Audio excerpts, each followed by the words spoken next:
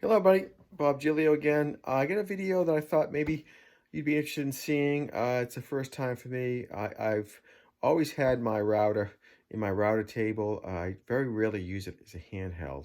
But this project is going to bring out a couple of uses for it. It's going to be handheld and using a template to route a groove in a cutting board. Hope you like it. So here's an old cutting board we had upstairs, and it cracked a while ago. And what I did was I ripped it down. I cut off the juice grooves that were here because the ends were cracking, and I'm left with this. So then I went around and I just used a 3/8 inch round over bit to round over the edges, as you see here. But we're going to go a couple of steps further than this. We're going to actually round these edges off here so that it's no sharp corners. And then I'm also going to put a juice groove in it. So, the way I thought I'd do that was basically use a template. So I have my router here. I took out of my router table. It's a plunge router. And I configured it with a collar, a guide collar, as you can see here. And I had this 3/8 groove bit, cove bit, sorry, that I can put in here. And we're going to use this to go ahead and guide the bit around this cutting board. And to do that, I'm going to make a template. So what I did was I took this old, a piece of masonite here, hardboard with a nice melamine face to it. I'm going to go ahead and trace out on here the actual template for the groove where it's going to go in the board, because it's the same. I cut this to the same size as the cutting board, and then I'm going to use that once I made the template to use the router and use this guide bit and just go around and follow the template. So it's be interesting to see this. So I'm just going to use a marking guide set for 1 inch from the go around, put our mark on here. So here's a 2-inch hole saw. I'm just going to place in each corner, line up the marks, and just trace out the radius from the saw. Very good. Smooth out the lines a little bit.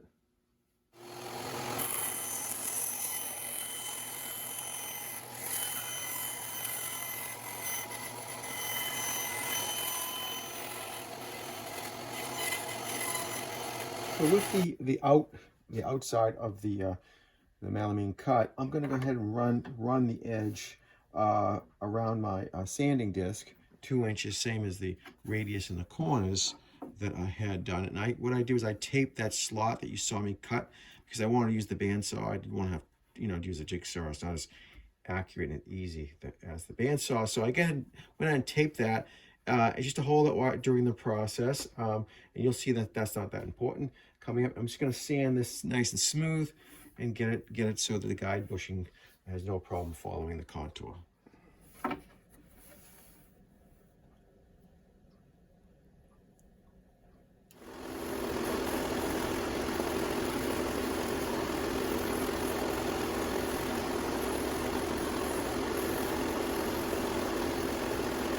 So at the outer part of the template sanded, the edges, I reinserted the inner part of the template, which is going to be important because I want to have the guide bushing here follow in the groove so that you can't deviate either on the inside or the outside of the template and gouge into my cutting board if the bit grabs a certain way.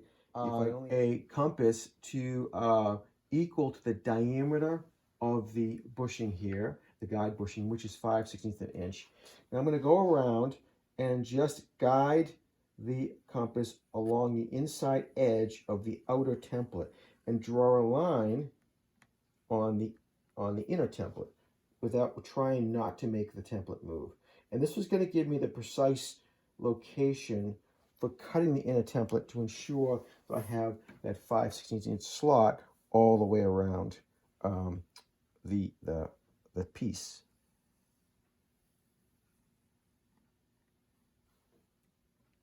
We don't have to be really exact, but because we want a little bit of play in there as we're guiding the router around the template slot. Okay, with it marked on the inside, you can barely see it. I had to use a pencil, but I can see the line. And I'm going to go ahead and go back to my bandsaw and just cut this. I'm gonna leave the line on. Gonna sand it so that I come right to the line, and that should give me the bushing groove on the template when both the pieces are placed together.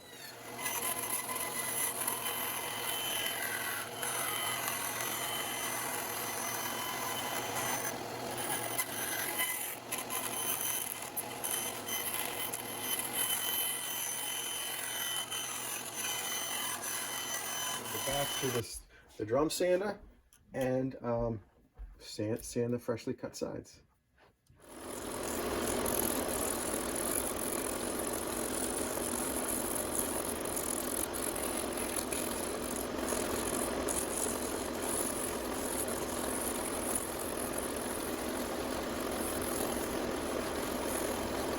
So I went around and I cut off some strips of double-sided tape and I put them on the back side of the template. That's going to secure the template in place while we do the routering. So we're going to just peel them back and stick on the template, making sure the edges are even, and we're ready to go. To help me align the template when I flip it over with the tape, because once it's sticked, it sticks, I went around and I just squared out the edges on each side of the template. And I'm just going to go ahead and just draw an outline on the cutting board, just holding it in place, so that when I flip it over, I'll know precisely where to position.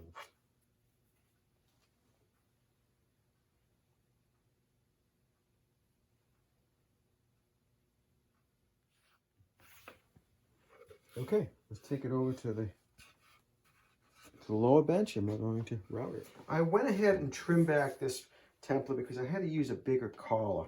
My oversight was that the bit had to fit through the collar that I choose, and the one I chose earlier, it did not. So now I got a bigger collar, and so what I had to do was I had to cut the inside template even more to allow for the bigger collar, and now this goes right around like this, the little track it's going to ride on.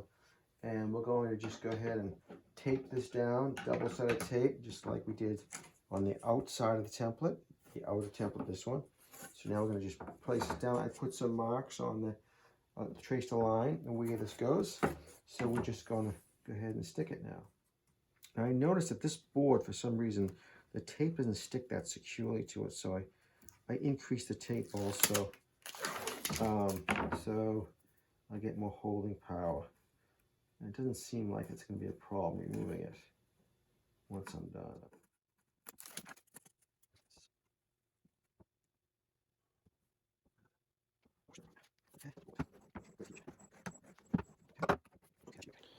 So we have the template in place. I clamped down the board in 2 places. I put a vacuum hose on the router. I set the speed to middle of the road, up 15,000 RPM. I have the collar in here, as you can see, and I have set the plunge depth for 3/8 of an inch, and I'm going to do an intermediate pass about 3/16 to make sure everything works okay. And this is going to, the bushing is going to ride right in the groove like that. So let me get the hose back on, and we should be good to go.